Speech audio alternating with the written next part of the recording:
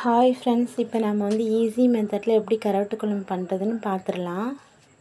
ஒரு கடாயில் 100 ml வந்து ஆயில் ஆட் பண்ணிக்கலாம்.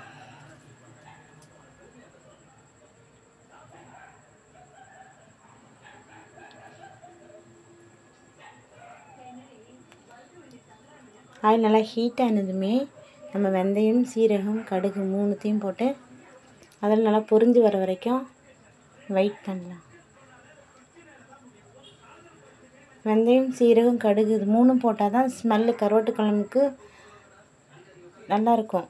பார்த்திங்கன்னா ஸ்மெல்லே ரொம்ப டேஸ்ட்டாக இருக்கும். இது எல்லாமே நல்லா பொரிஞ்சு வந்ததுமே கருவேப்பிலை ஆட் பண்ணிக்கலாம். பூண்டு பொரியட்டோன்னு சொல்லிட்டு நல்லா ஒரு கோல்டன் ப்ரௌனிஷாக ஆகட்டும் பூண்டு.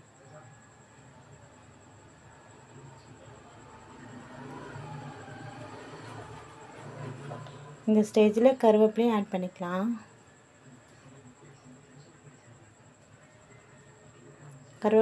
கருவேப்பிலை ஆட் பண்ணதுமே இப்போ பார்த்தீங்கன்னா சாப் பண்ண வெங்காயத்தை ஆட் பண்ணிக்கலாம்.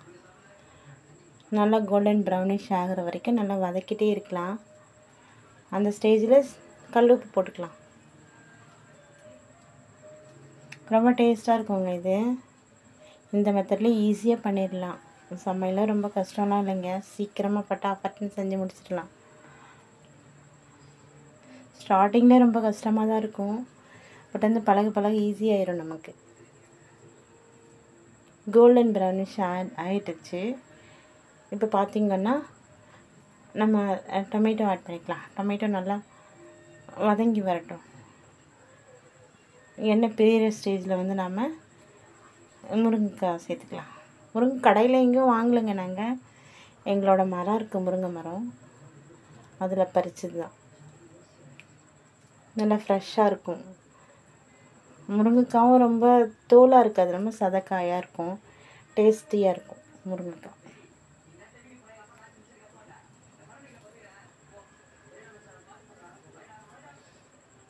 மஞ்சப்பொடி ஆட் பண்ணிக்கலாம். வீட்டில் அரைச்ச மிளகாய் பொடி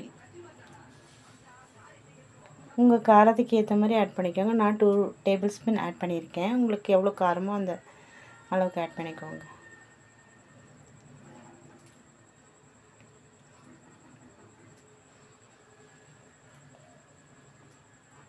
நல்லா வதங்கிட்டே இருக்கட்டும். இந்த ஸ்டேஜில் பார்த்தீங்கன்னா எண்ணெய் பிரியும். நல்லா வதங்கி எண்ணெய் பிரியிற ஸ்டேஜில் பார்த்தீங்கன்னா நாம் முருங்கைக்காய் ஆட் பண்ணிக்கலாம்.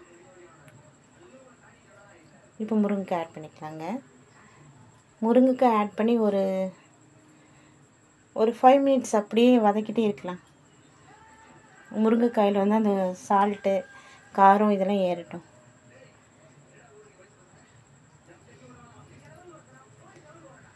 அது வதங்கிட்டே இருக்கட்டுங்க, எண்ணெய் பிரியட்டும்.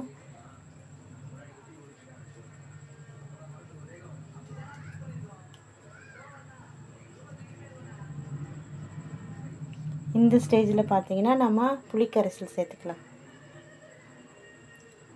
ஒரு எலுமிச்சம் சைஸ் புளி எடுத்து அதை வெந்நீரில் ஊற வச்சு கரைச்சி வச்சுருந்தேன். அது இந்த ஸ்டேஜில் ஆட் பண்ணி தண்ணி லிமிட்டாக வச்சு முடிக்கலாம். இப்போ கருவாடை வந்து க்ளீன் பண்ணிட்டு வந்துடலாம். ஹாட் வாட்டரில் ஊற வச்சுருந்த கருவாடு, அதை க்ளீன் பண்ணிட்டு வந்துடலாம். க்ளீன் பண்ணியாச்சுங்க. இப்போ அதை குழம்பு இறக்கிறதுக்கு ஒரு 10 மினிட்ஸ்க்கு முன்னாடி வந்து பார்த்திங்கன்னா இந்த கருவாடை ஆட் பண்ணிக்கலாம். குழம்பு திக்காக ஆயிடுச்சு பாருங்கள். குழம்பு திக்காகிடுச்சு, நல்லா கொதிச்சிருச்சு. பார்த்திங்கன்னா முருங்கைக்காவும் நல்லா வெந்துருச்சு. இந்த ஸ்டேஜில் பார்த்திங்கன்னா நம்ம கருவாடை ஆட் பண்ணிக்கலாம்.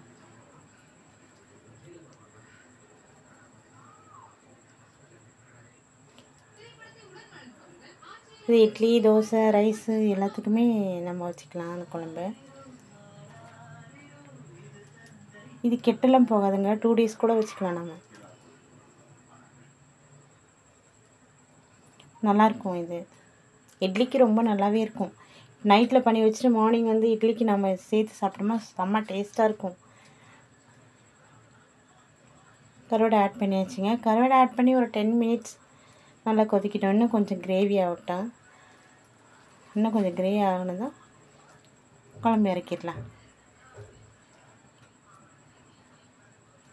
அவ்வளோதாங்க. கிரேவி திக்னஸ் ஆட்டுமே பார்த்தீங்கன்னா டேஸ்டி கருவாட்டு குழம்பு வித் ரைஸ். இதுதான் இன்றைக்கி எங்கள் வீட்டில் சமைச்சது. நான் அதை அப்படியே வீடியோ எடுத்து போஸ்ட் பண்ணணும்னு தோணுச்சு. லைக் போடுங்க, கமெண்ட் பண்ணுங்கள் ப்ளீஸ். கமெண்ட் பண்ணாமல் இருக்காதீங்க. கமெண்ட் பண்ணால் தான் எனக்கு தெரியும்.